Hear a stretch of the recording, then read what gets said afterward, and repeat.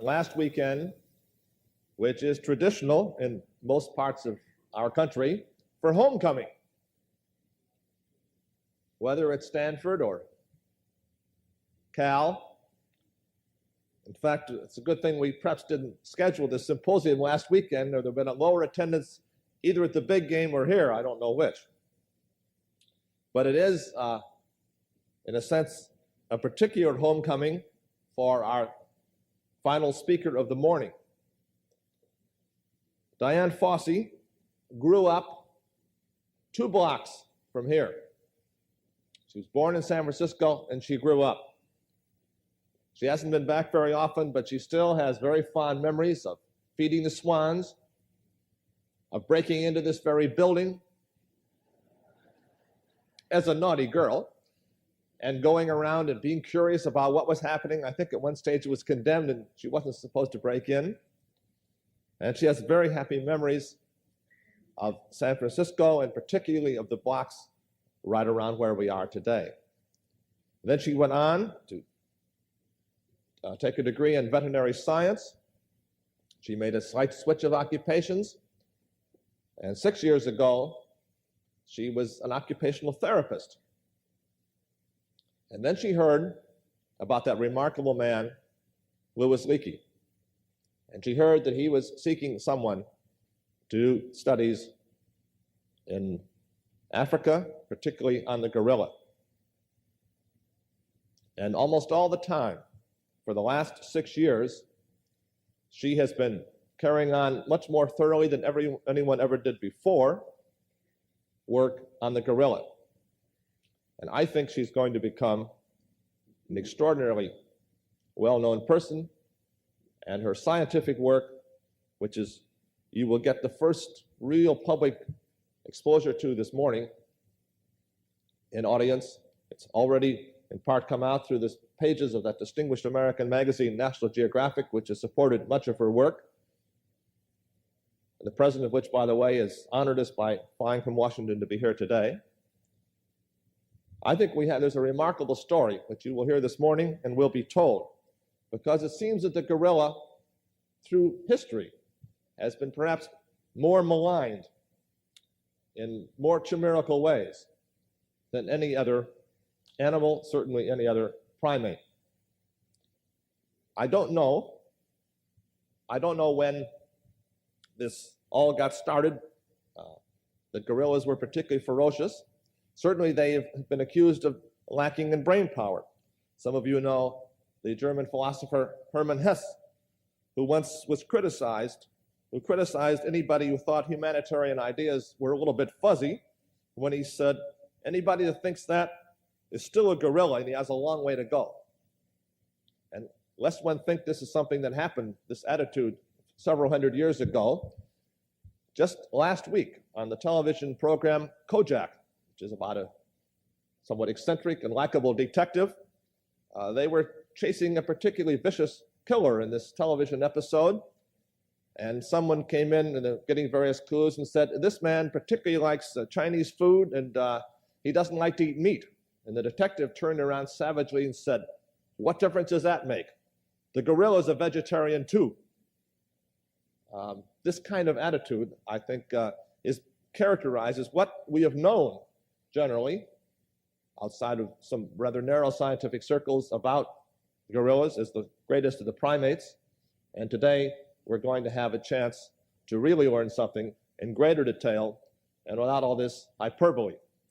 And so I hope you'll join me in giving a homecoming to a girl from this part of San Francisco itself, and who's spent her life until she went to Africa, but she now finds her home in the peninsula and in the Bay Area. Dian Fossey.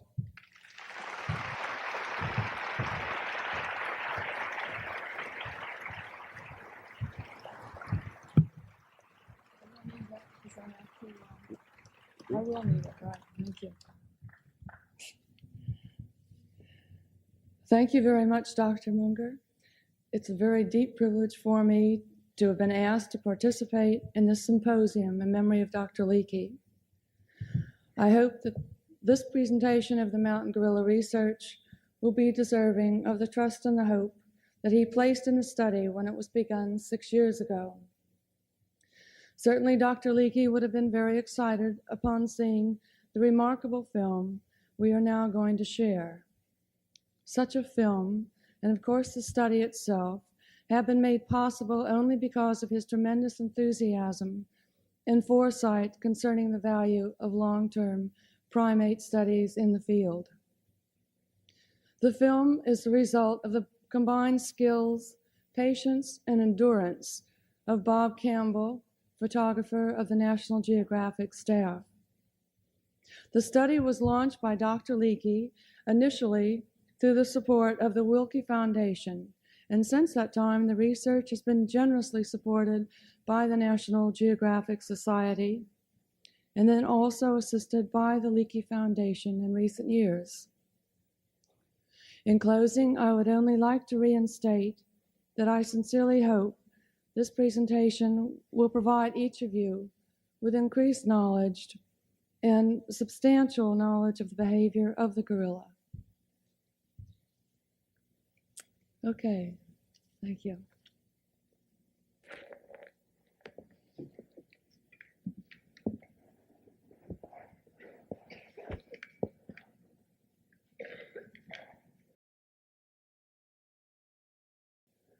In 1896, a zoologist went to Africa and sat in a cage to observe gorillas in their natural environment.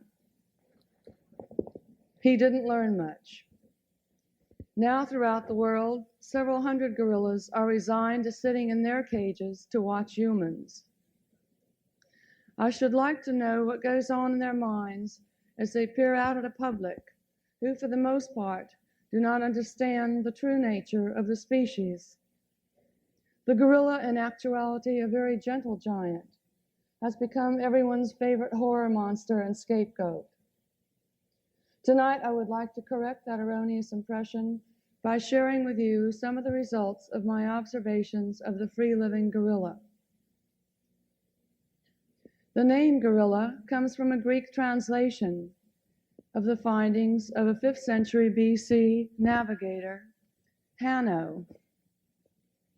Hanno found an island on the west coast of Africa, upon which dwelled hairy savages.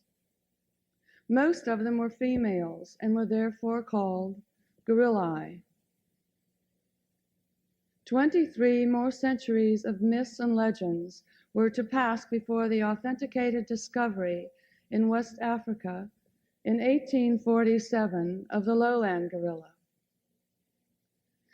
There is indirect evidence to suggest that at some time during the late Pleistocene, the gorilla did exist as one continuous population from West to Central Africa. But when the forest regressed, the intervening population was depleted. Today, approximately 650 miles separate the two main subspecies. Of the subspecies, the mountain gorilla was first discovered only in 1901.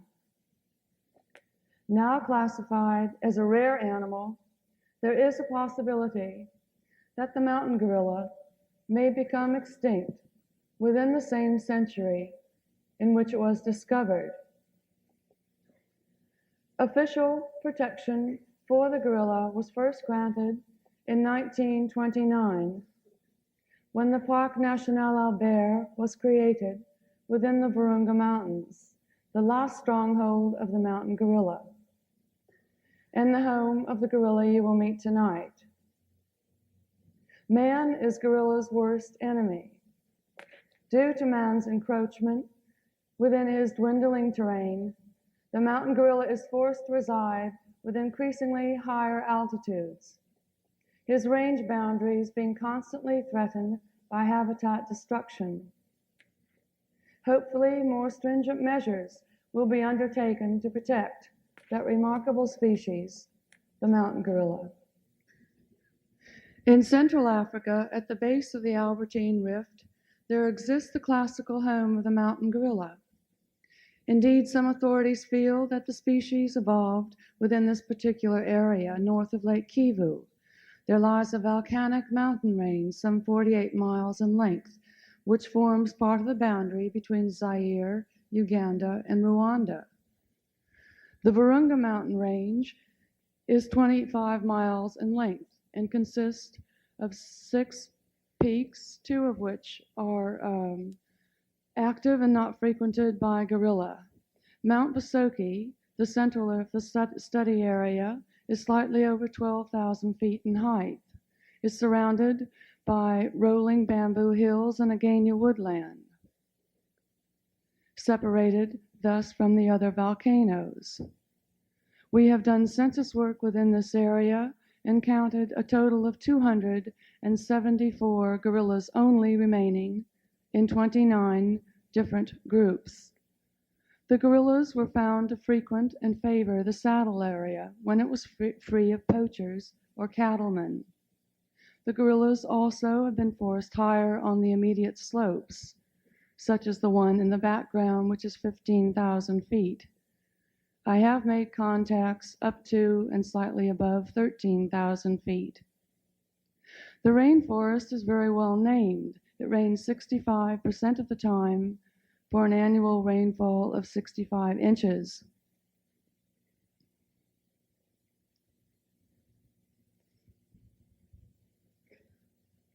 Creeks and streams may swell to form small rivers, which the gorilla seldom venture to cross.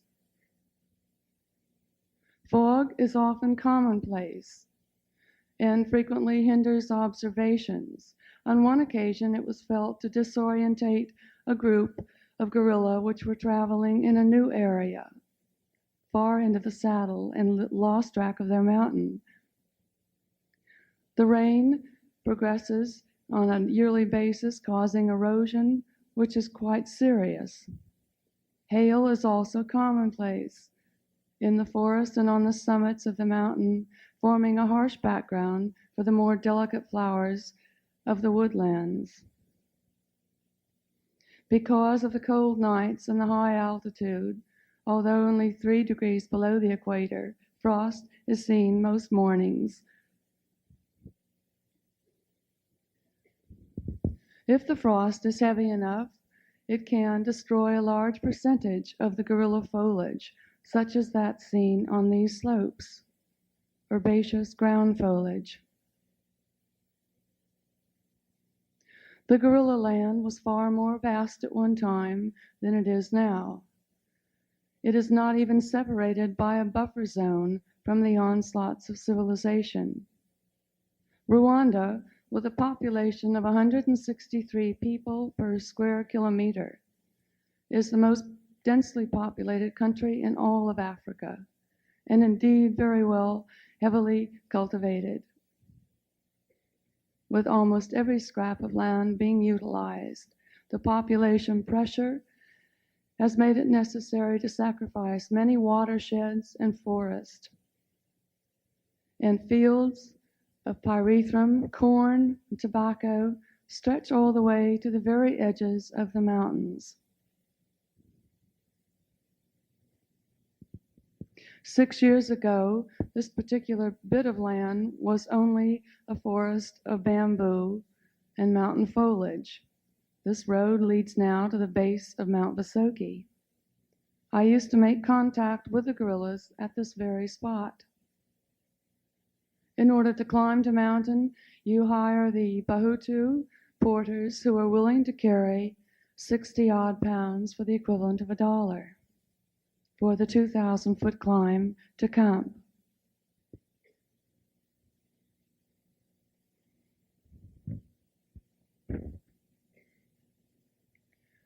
In order to get to camp, one climbs on an old elephant and buffalo trail.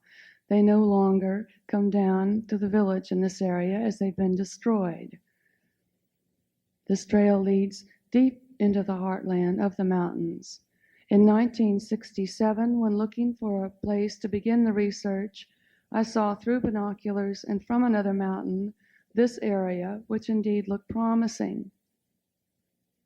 Initially, camp consisted of 2 tents, but due to the rather inclement weather, I decided I finally had to build a tin cabin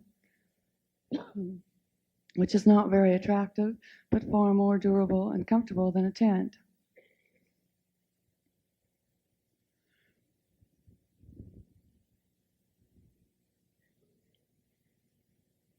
In the early days of the study were immensely rewarding in many ways.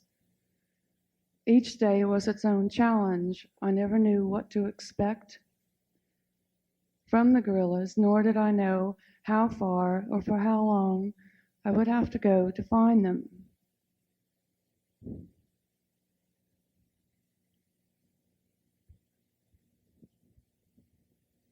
Despite my good intentions, I was definitely an intruder in the gorilla world. And most all of the animals, including the gorillas, fled upon seeing me, such as a small red duiker or forest antelope.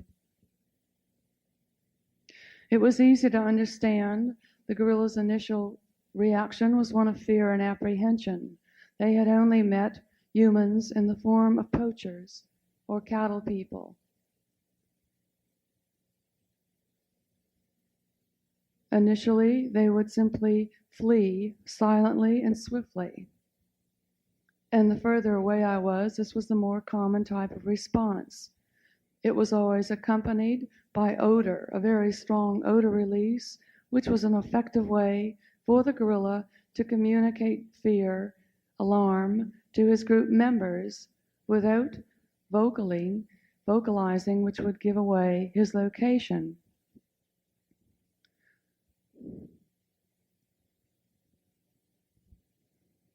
After hours of walking, this was usually the result of the observation, therefore not a very profitable one.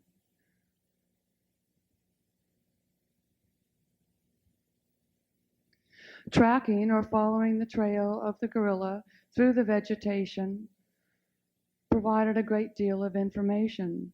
Gorilla make night nest in a different spot each night. They are not usually active during the night, therefore the nest structures remain intact, and if counted properly, give a good idea of the age, sex composition of a group, as well as the diets and the nematodes and cestodes can be found within the dung. After nearly a year, I was rewarded by a different type of behavior.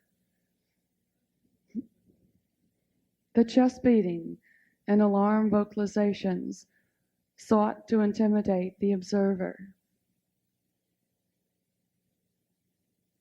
And it was truly all bluff action.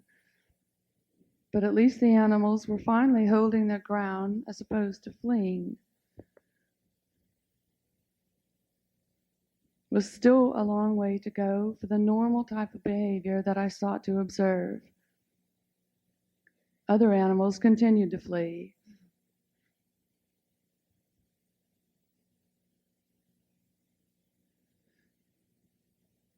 Two years after the study began, I acquired two juveniles. Coco and Pucker had been captured from the wild by the Rwandese for the Cologne Zoo.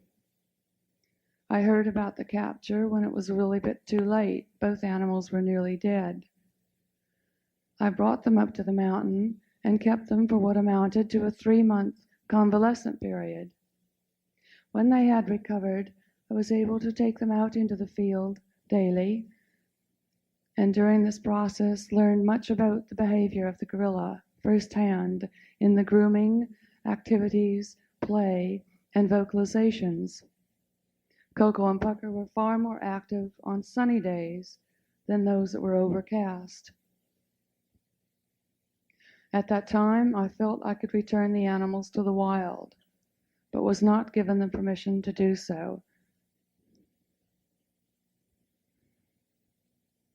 I came to know the gorilla's need for love and affection.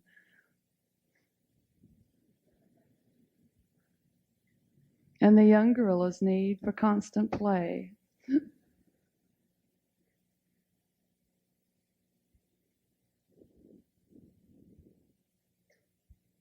Cindy, the camp mascot, took many a good-natured beating from them.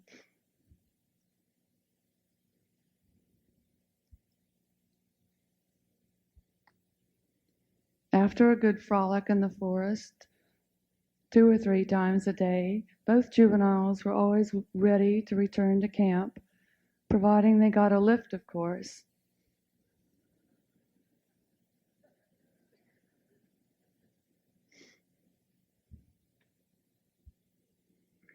When the 2 juveniles had been taken from me for the Cologne Zoo, I resumed my studies with wild animals, far more knowledgeable, especially with vocalizations. There is one I have termed the belch vocalization, which signifies contentment and appeases the study subject. Also, imitative feeding works sometimes, but not always. This animal, having expressed his feelings about my intention, he resorts to symbolic feeding, a type of displacement activity, or an activity not relevant to the subject at hand. Come on, lady, you can't really like that stuff. By imitating their behavior and their vocalizations, I was able to maintain the interest of the gorilla and the curiosity, but still not normal behavior, which is what I had come to observe. And there was at least another year to follow. I no longer have to employ these kind of imitative techniques. Now we see far more natural behavior and curiosity.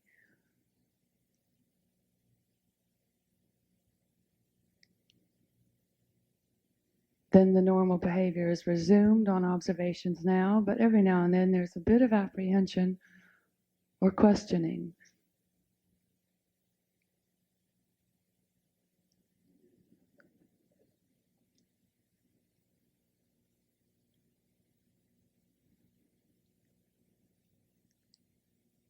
It's as though he's incredulous that he has accepted the observer to this point. During these days, the animals were never followed to increase their own sense of security. I came to find that the younger animals, especially the young males, were far more outgoing, curious, and tolerant of the observer's presence, mixed in with shyness.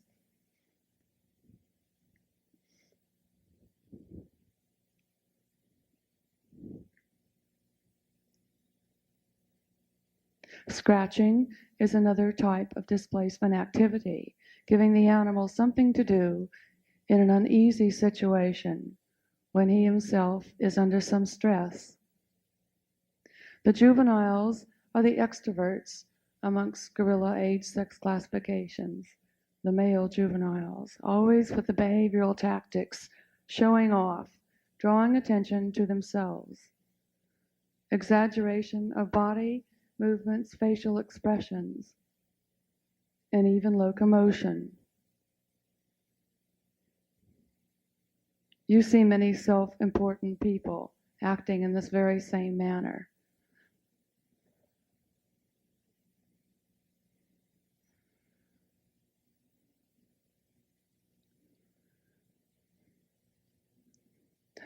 Adventurous and yet secure within his maternal attachments, the young juvenile animals around this age seem to express an inner conflict about wanting to observe the observer or remaining within the proximity of their mother.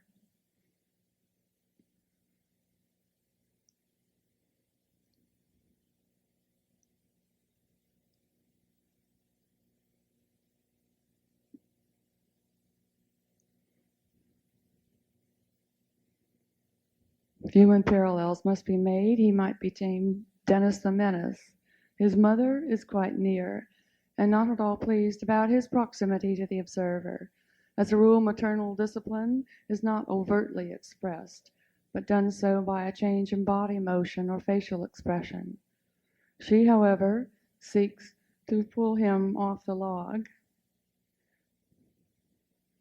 For a moment, it seems that he will comply, with her wishes.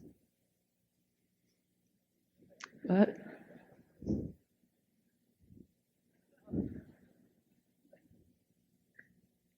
and now he seems more sure of himself than ever.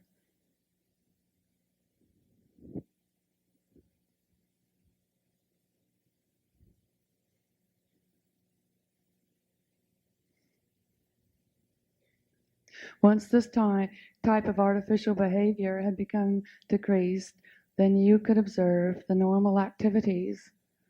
Feeding is one of the most commonplace and time-consuming activities of the gorilla. I came to learn that there was a very involved and complex pattern in feeding spatial distribution. The more intense the feeding, the wider the spacing, each animal with his own garden plot. And they don't like to be approached closely by other gorillas during intense feeding. Selection plays an important part in feeding and seems to enhance the food item.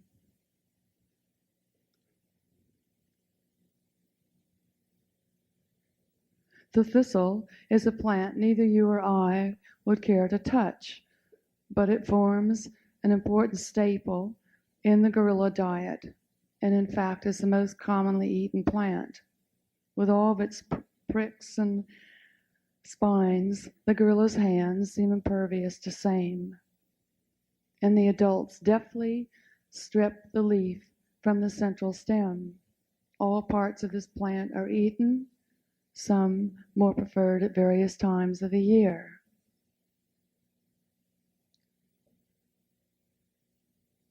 The younger the animal, slightly more care and apprehension is taken in obtaining the leaf of the thistle. Here a juvenile wedges the leaf back in his mouth to avoid the tender front lips. And even a younger animal employs more caution in the manipulation of this plant.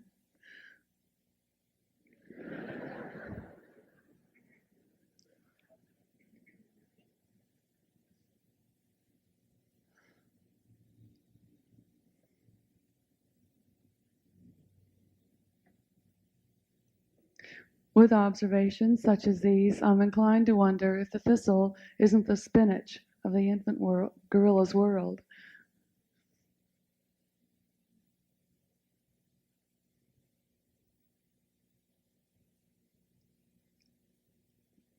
Feeding is a learned activity.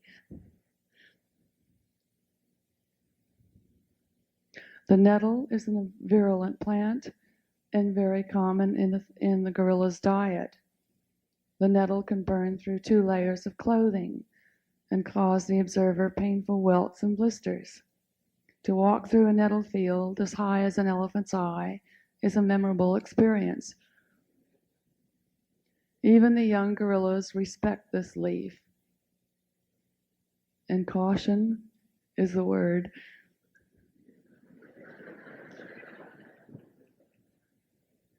The gallium, another favorite gorilla food, comes complete with hooks and barbs and grows at all levels of the forest and is also commonly eaten, a vine that is stripped and wadded.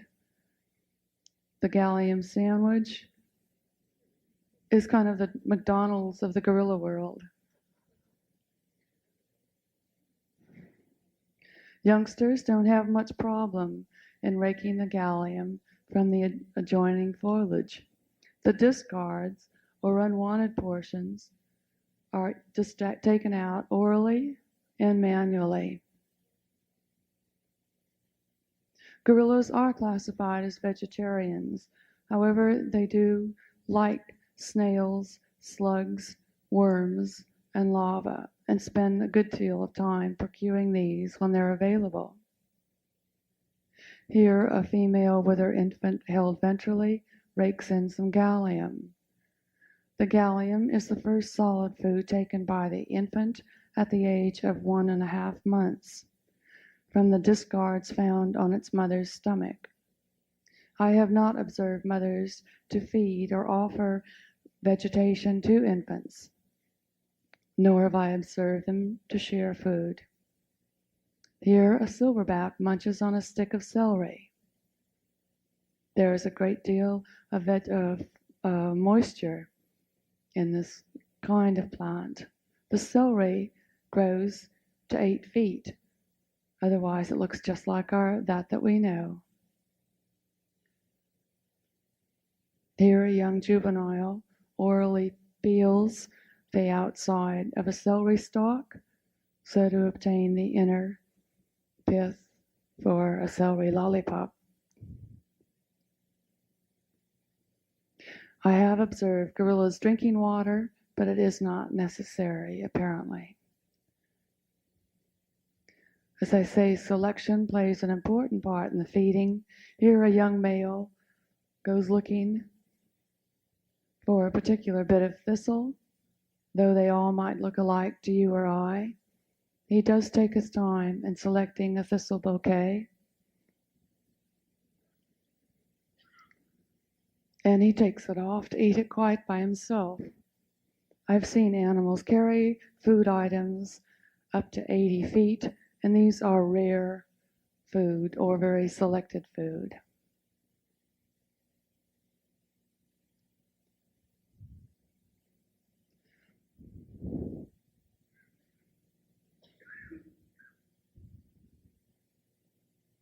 After a good feed, a bit of a nap. And the head scratch.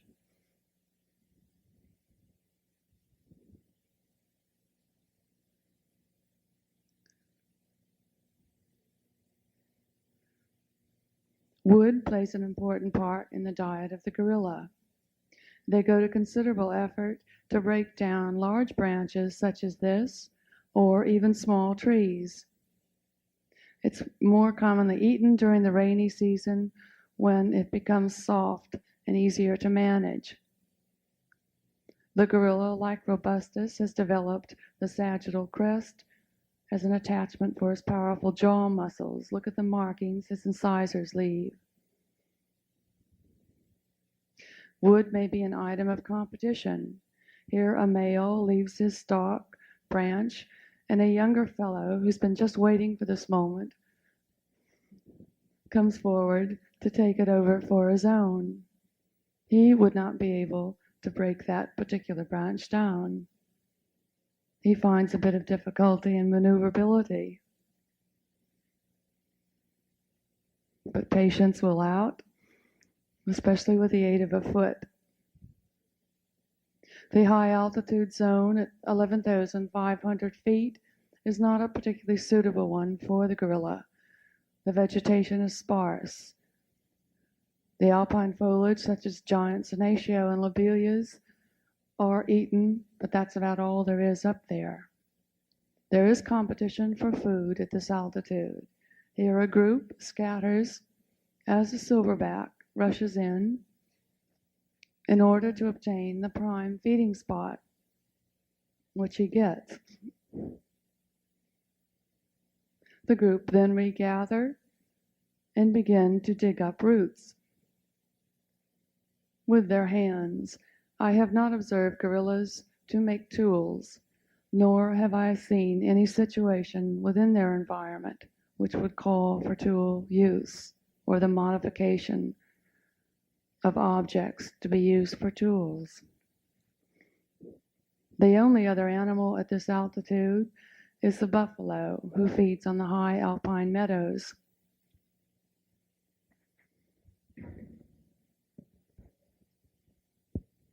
That was a good appetizer. Now for the main course. It's rather a sad thought to think that if people and humans encroach further and further into the gorilla area, they may be forced to reside at this altitude where food is so scarce. It is a bleak, desolate, inclement terrain.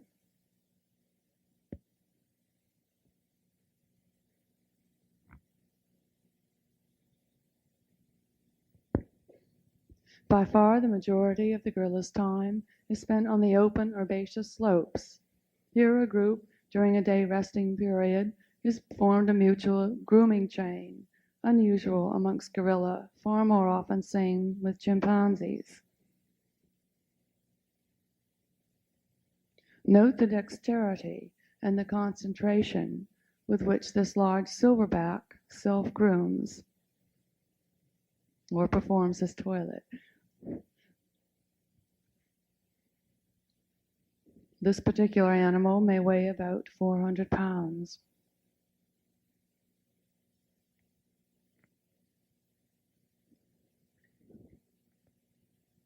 The broad, stumpy feet needed to support his vast weight and size. Hair is parted orally and manually.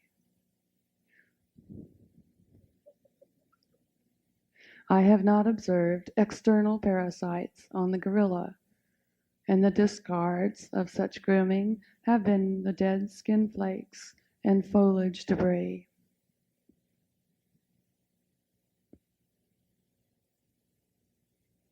The hair of the mountain gorilla is far longer than that of the lowland gorilla, obviously an adaptation to the altitude.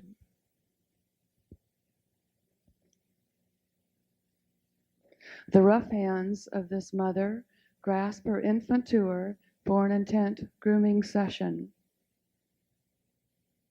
Very young infants do not care for grooming. They do a great deal of wiggling, thus the tight grasp. The hands of this female are not usual. She happens to have a skin condition, has had one for quite some time.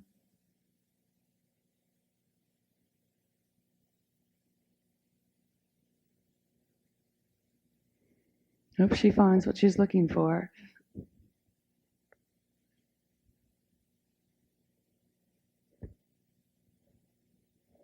Well, that's what a mother's life is all about.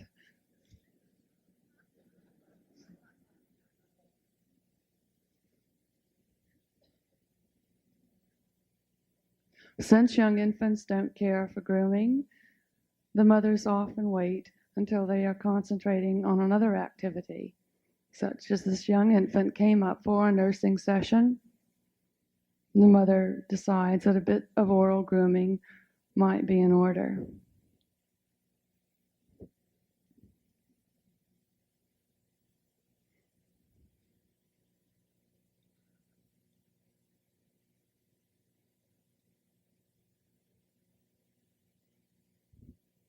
Infants and juveniles receive a great deal of care and affection from their mothers. Most of the time they seem to take it for granted, and it's very rare to see a young animal return grooming, albeit in a lackadaisical manner, to his mother, and also with a very short attention span. Young females without infants of their own to groom often take advantage of younger animals, pinning them down for an intent grooming session. In about 6 years' time, when this young male has matured and become a silverback, she won't be able to have this opportunity.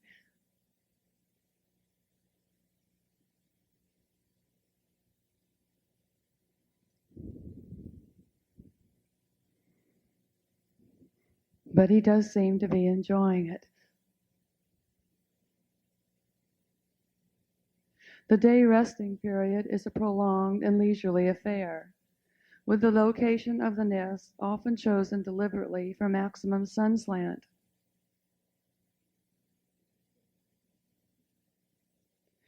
The construction of a nest may take up to 5 minutes, and again involves selection of that foliage suitable to be bent around the body, and the emphasis is on the rim of the nest as opposed to the seat.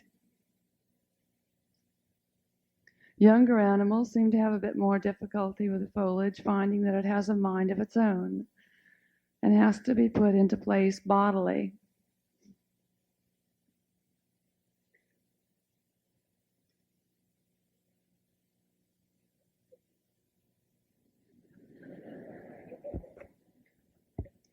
This animal has obviously had more experience as evidenced by her firm and even comfortable appearing nest. Snacks are readily available.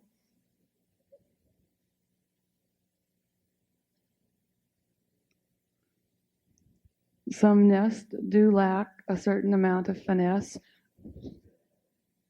Note the tartar deposit on the tongue of this animal coming from the vegetation they eat. Youngsters begin play nest at the age of 2 years, and their initial flimsy efforts sometimes need a bit more practice.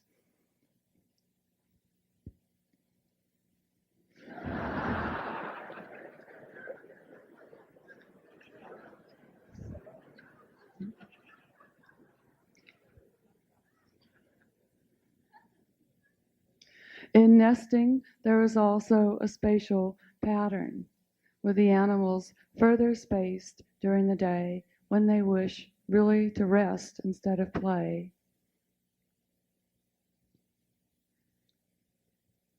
Observations are taken both in the diary form and also on check sheets designed for computer analysis. The observations have to be typed up each night of all the field work. Maps are plotted of at least 2 groups every day on a contour map. And another aspect of the work, in addition to dung analysis, skeletal analysis, are the nose prints.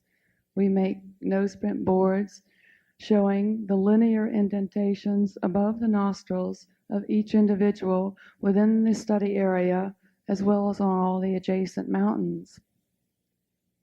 No 2 animals have the same nose print.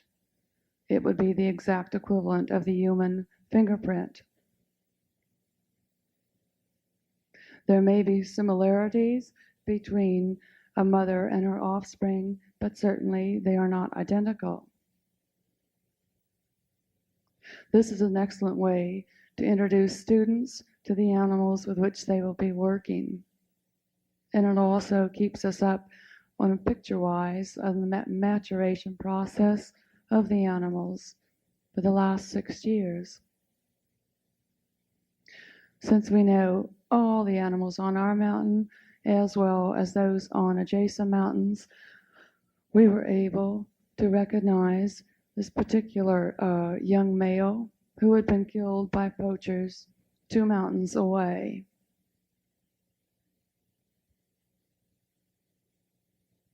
He had been a male in a group of 7 animals. The majority of the males are killed, adult males are killed for a black magic potent, that is sumu poison, which the people believe will poison their neighbors. And this is only the silverbacks that are killed for this. The majority of the animals on this table have been killed by poachers. The skeletons are analyzed, photographed, categorized at camp, and then the entire lot are sent to the Smithsonian, which unfortunately now has the world's largest collection of mountain gorilla skulls. In some of this analysis, we have found the cusp of 2 gorillas embedded in the skulls of 2 adult males. Conservation is one part of the work that cannot be divorced from the behavior side of the study. When going out to track the gorillas, you often come across ikibuga, a small hut in the forest temporarily used by poachers or cattle people. We always destroy them. This particular one had a cowman with 300 head of cattle. They absolutely demolished the foliage of the gorilla.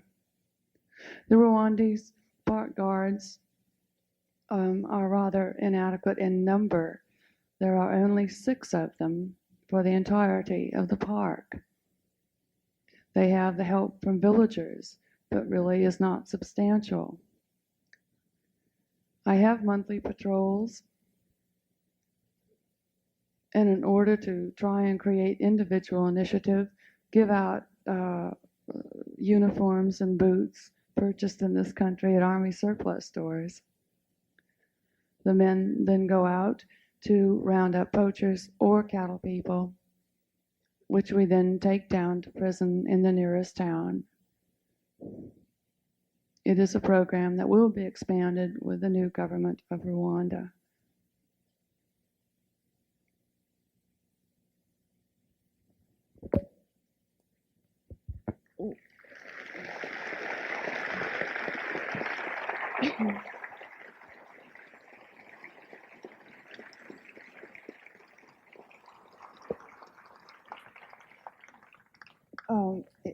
He will be changing the reel now to go on to reel number 2.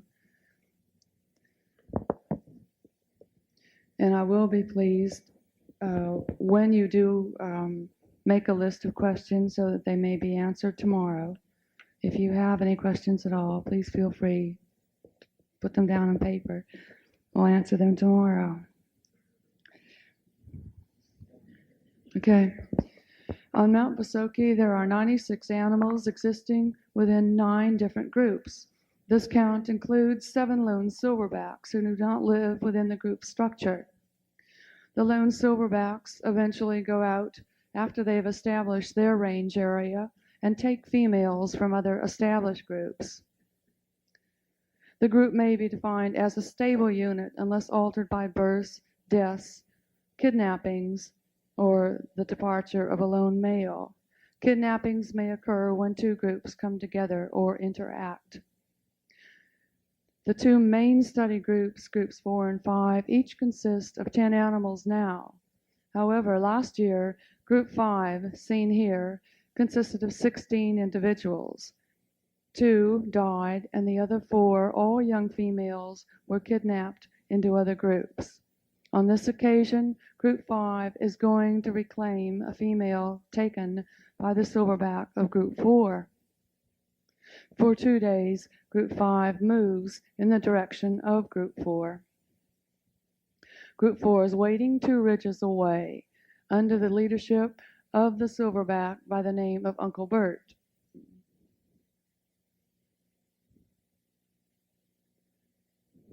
Enter Uncle Bert. With hoot series and chest beats, the 2 silverbacks have been communicating to one another. The hoot series is a type of vocal probe only used between communicating silverbacks. The chest beat, a non-aggressive, tension-releasing action. Here, the female, because the one that's the cause of all the furor, plays quite happily with Group 4's youngsters.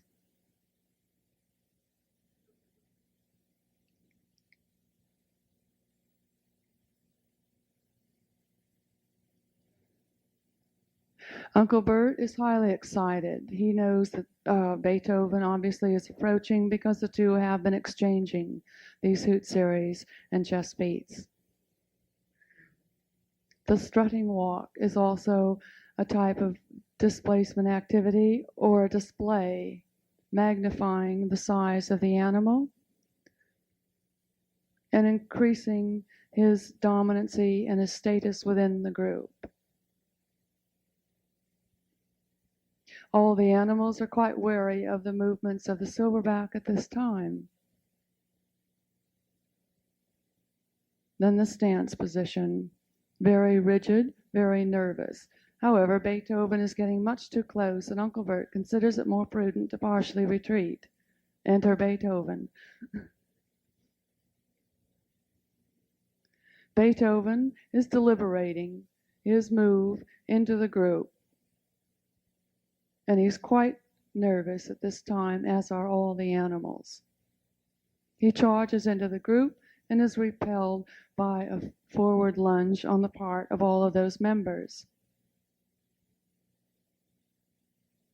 In order to avoid overt aggression, both silverbacks increase the distance between one another, and they also refine their displays. Instead of the more active chest beat and vocalization, they're much more stilted in their behavior and their actions. Now Beethoven tries to make another grab for bravado, now in a submissive, cowering position. Uncle Bert lunges forward again, which is quite surprising considering his status. Beethoven then literally herds Bravado away from the bulk of Group 4 and takes her back to his own group, waiting at the base of the ridge. She doesn't dare defy him. Uncle Bert follows at a safe distance several minutes later. A silverback in need of experience, he has yet managed to keep young females, or even to keep those of his own group for any length of time. After an intergroup contact, both groups move further and further from one another.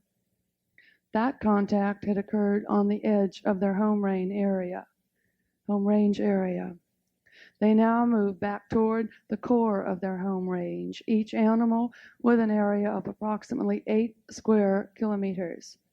And the range is increasing on a yearly basis slightly due to protection of the saddle area.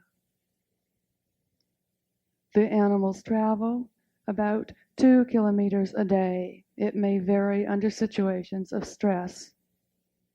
The silverback determines the speed and the direction of movement, although it does not mean he necessarily has to be in the lead of the group.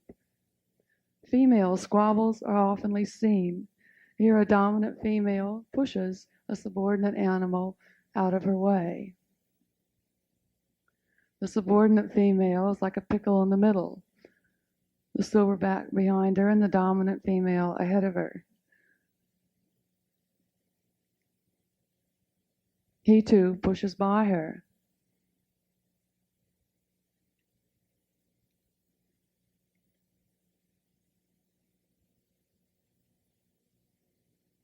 After the two groups are further apart, there is an air of kind of calm. Here a female comes forward to the observers with her infant in a dorsal position, as opposed to being ventrally carried, which would give it more protection and was the case during the intergroup contact.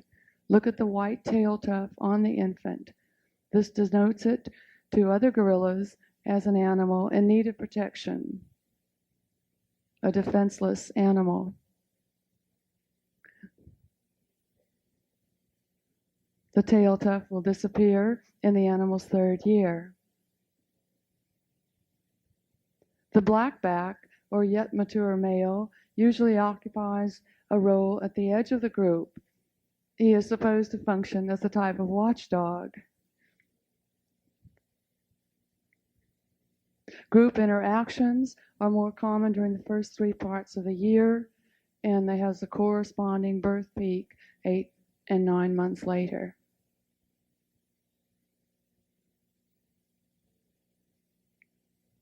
Now with the group, very relaxed, individual activities, playing and grooming are pursued.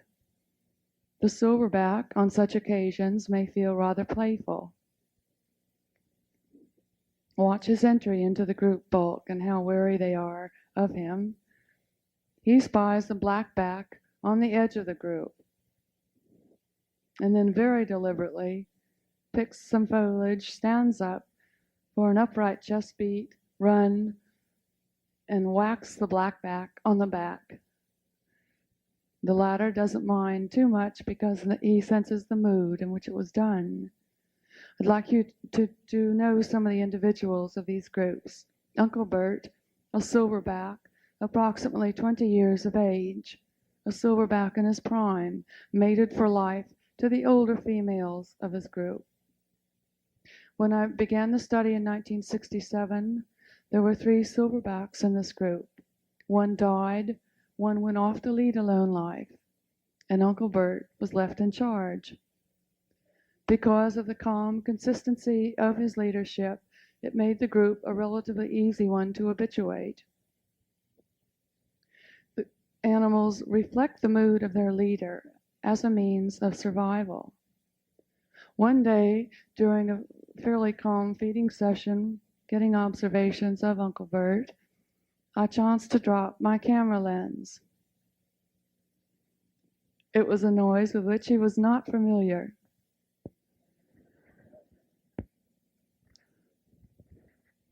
And the response, a walkout dinner.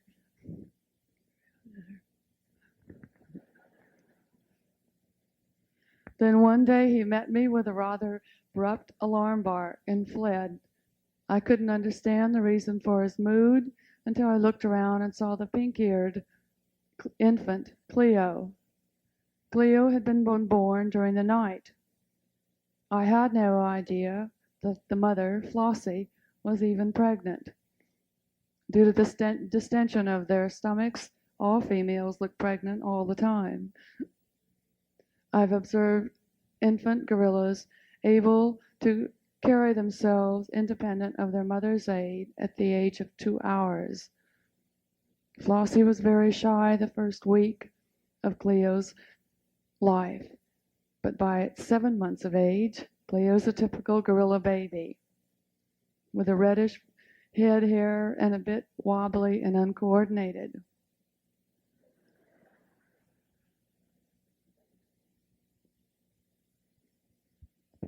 The mother's body makes a perfect playground, with legs and arms to be wrestled with, mounds to be climbed, and hair to be pulled.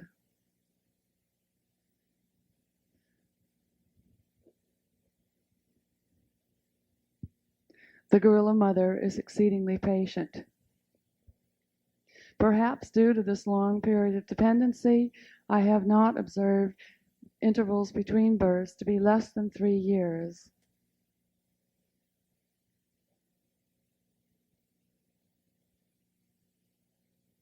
Cleo has a life expectancy of at least 50 years in the wild, assuming her terrain is left intact.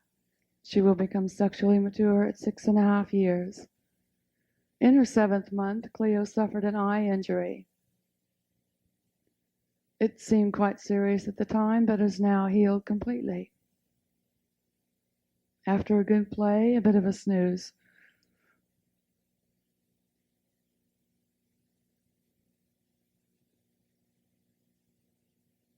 Because Cleo has to depend upon the proximity of her mother, she has to wait for other infants or juveniles to come around in order to learn play activities, to learn how to play.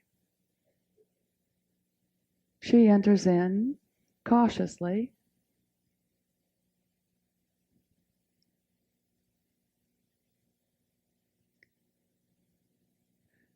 the other 2 animals are quite wary of her presence, and they treat her in a very gentle fashion.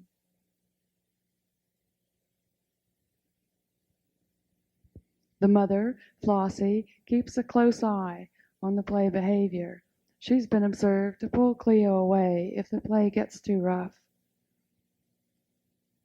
I can take care of myself, Ma. Another female of group 4 is Petula. She is the most submissive, or the least dominant, I should say, female in the group, and very submissive toward her 2-year-old son, Augustus. Nursing periods last up to a minute, and it is usually the mother who terminates them.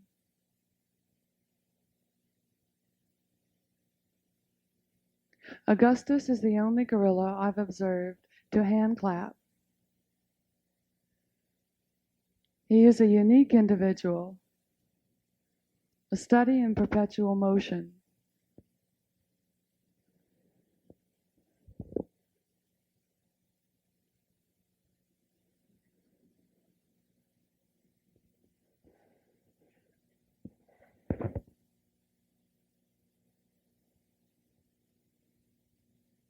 I'm gone bananas.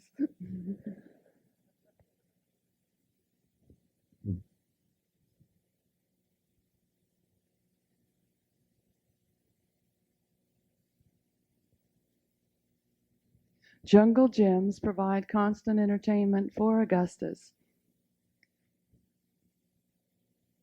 He's a very inventive animal with all kinds of arms and leg grasp, swinging and twirling from trees and saplings.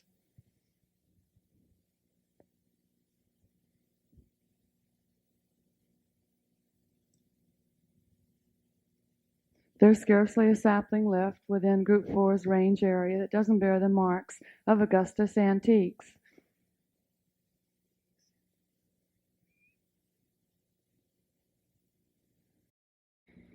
The gorilla's arms are 10 to 20% longer than their legs, and in the process of evolution as a knuckle walker, they seem to have lost a couple of lumbar vertebrae along the way.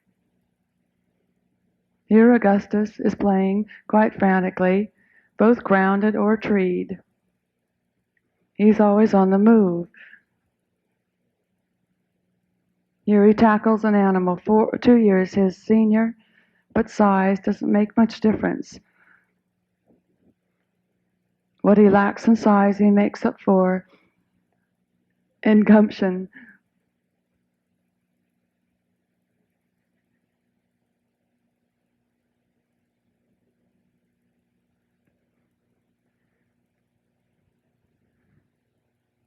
This kind of play, the wrestling, involves a great deal of mock biting and hair pulling. Repetition is the keynote in such play.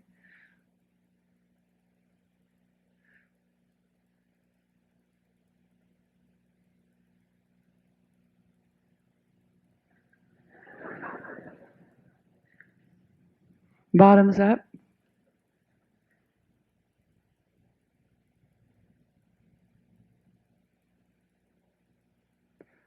Sometimes Augustus considers it wiser to retreat gracefully.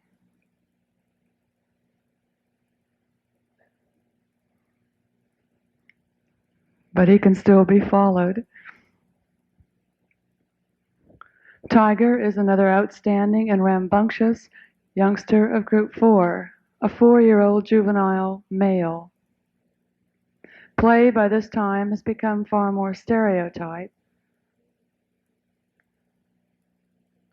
Solo play consists primarily of chest beating, foliage whacking, and strutting walk or run.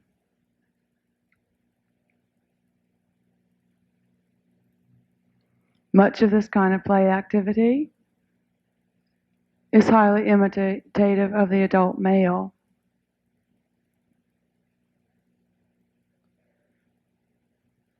Augustus' mother, Old Goat, so named because of her disposition, is the most dominant female of Group 4.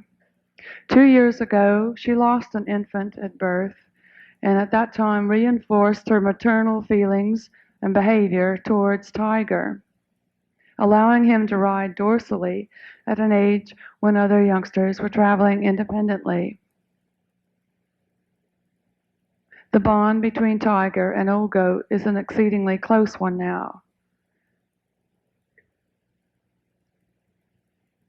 As the son of the dominant female, he too receives a great deal of attention.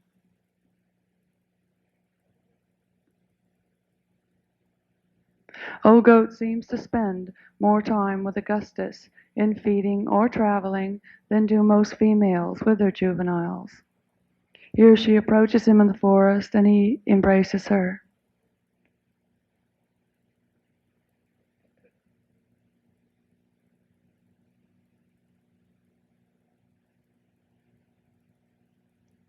The young female in the background wishes to continue with the proximity of these two very dominant animals, but to do so, she must act in a non-offensive manner, and she resorts to self-grooming while Augustus grooms his mother.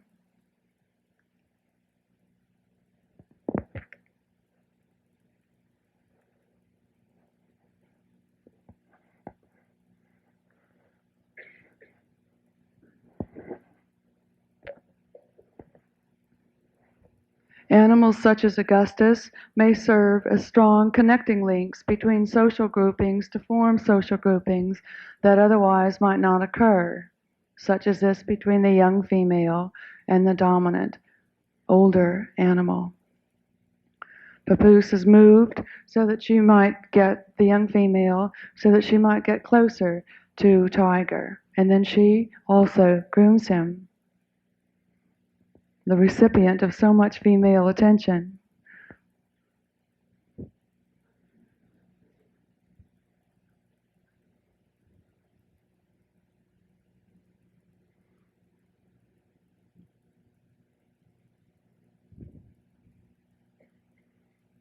Even at the age now of 5.5 years, Tiger shares the nest of his mother. The silverback, when he chooses to move a group off, may often do so by a long stance, which signals to them the color of his back and serves to move them on.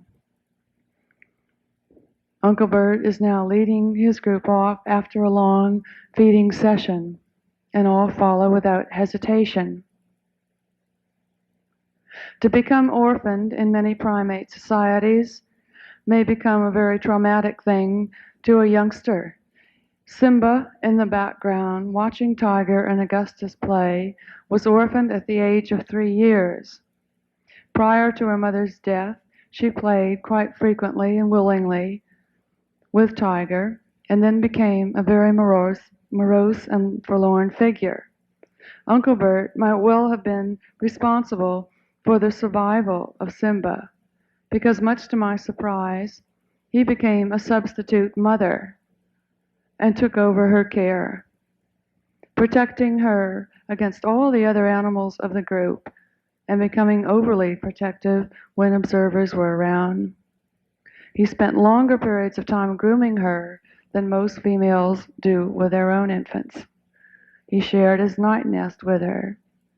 Secure, or at least more secure, with Uncle Bert's attentions, Simba began to tolerate the proximity of other animals. And slowly she began to respond to their play, invitations, but always in a very mild and uninhibited fashion. She learned one trick. She learned how to give temper shrieks if she didn't like the play, which brought Uncle Bert to her immediately. Papoose is another lovely young female of group 4, age 6.5. She has one interesting personality quirk. She loves to catch her reflection in the lens of the camera.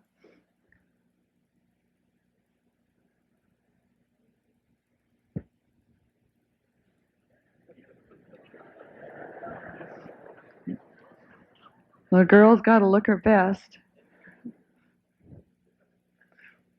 She seldom misses an opportunity to do so, which makes focusing a bit difficult.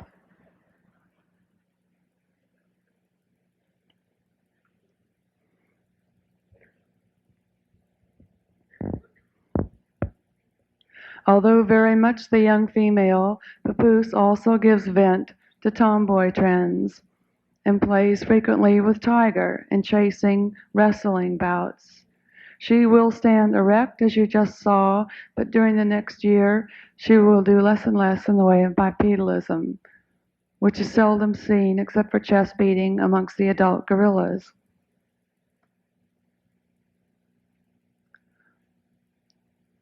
The foliage in the forest provides a perfect background for such games as hide and go seek and tag. During these games, some of the animals seem to reverse directions quite deliberately so that the pursuer becomes the pursued. The day resting period, here Augustus is still at it, is a time of maximum social interactions. The animals, especially on a sunny day, will spread out for a diameter of about 20 feet or 30 feet, with the more dominant females not necessarily near the silverback, but on the edge of the group. Then there's an area for the youngsters to play, an arena. The day nesting period may last up to 3 hours, with the youngsters playing 50% of the time.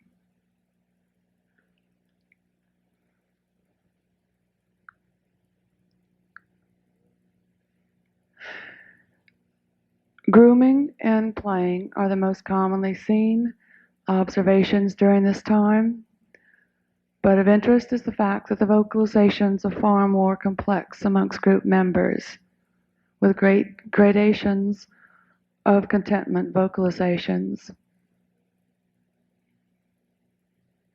Papoose seems to be everyone's favorite playmate, and she's frequently ganged up upon by Augustus and Tiger.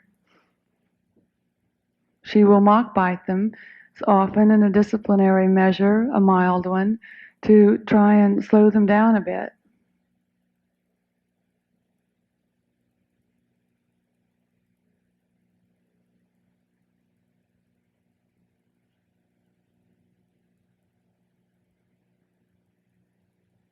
It's hard to retain the King Kong image of the gorilla when you see observations such as these.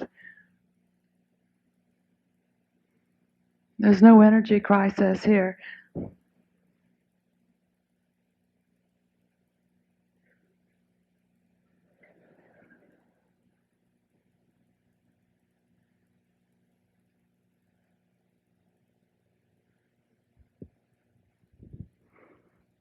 She can get fatigued.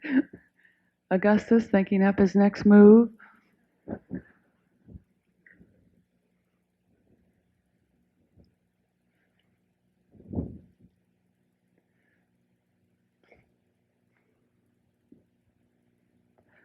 While Petula sits on in the background like a contemplative furry Buddha.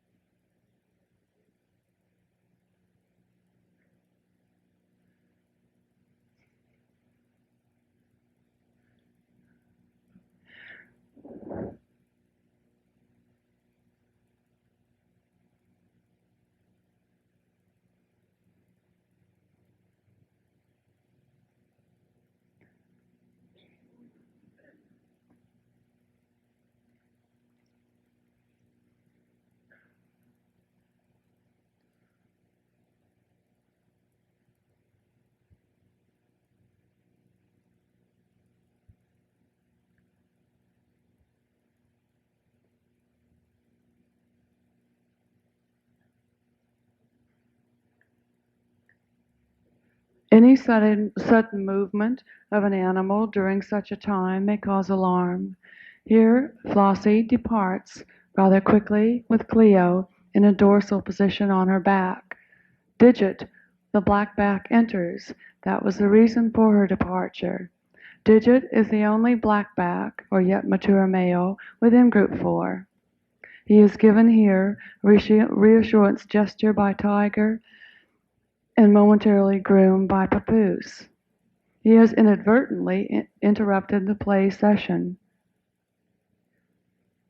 At the age of 7, play would be a welcome social interaction for Digit. However, he has lost all of the peers within his group. All young females with whom he had grown up have been kidnapped into other groups, and he's quite alone. He takes over the recently vacated nest of Old Goat, thus reinforcing his own dominancy. Animals frequently take over the nest of those known to be more dominant than they.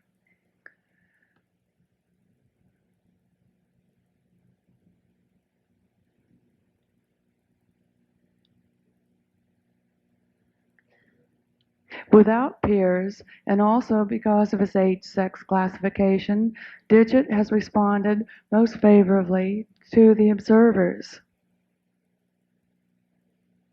It's as though we're his substitute, playmates.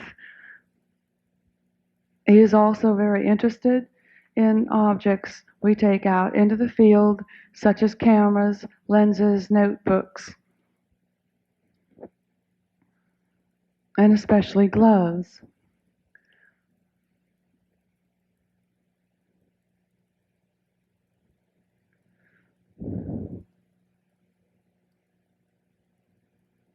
Every alien object is smelled first. Everything is also treated in a very gentle manner, not thrown around or roughed up.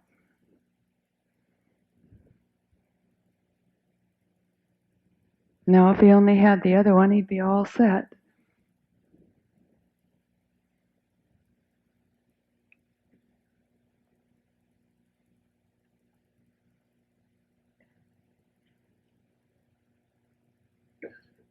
Pleased with his daring, Digit gives a chest beat and goes off playfully. He left the glove this time. Gradually, over the years, because of their own initiative and with curiosity, interest as the main incentive, the gorillas have become closer and closer to the observers.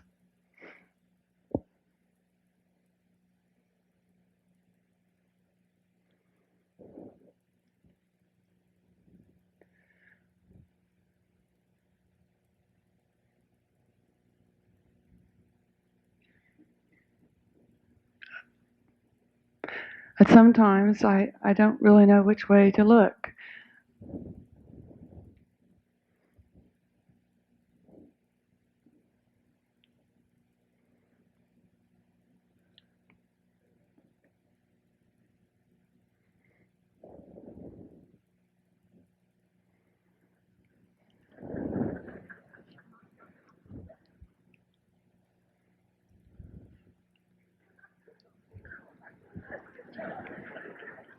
The scratching noise serves to make him more at ease, as though he needs it.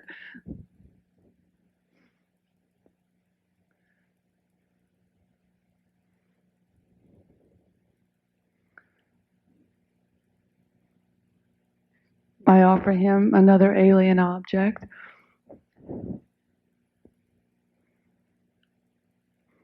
which, true to course, has to be smelled.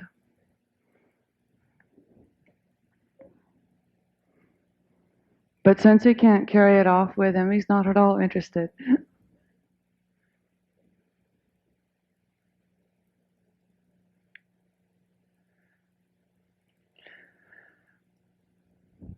The ease and calm with which Digit walks between myself and the photographer is just some extent of the trust that he has placed in both of us. It's a thrilling experience and a great reward.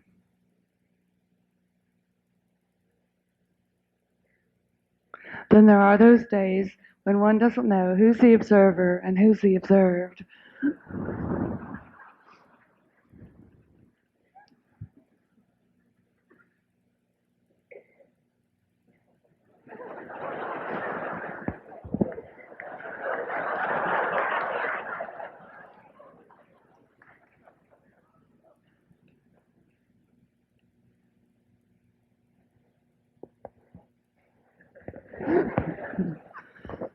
So long, folks.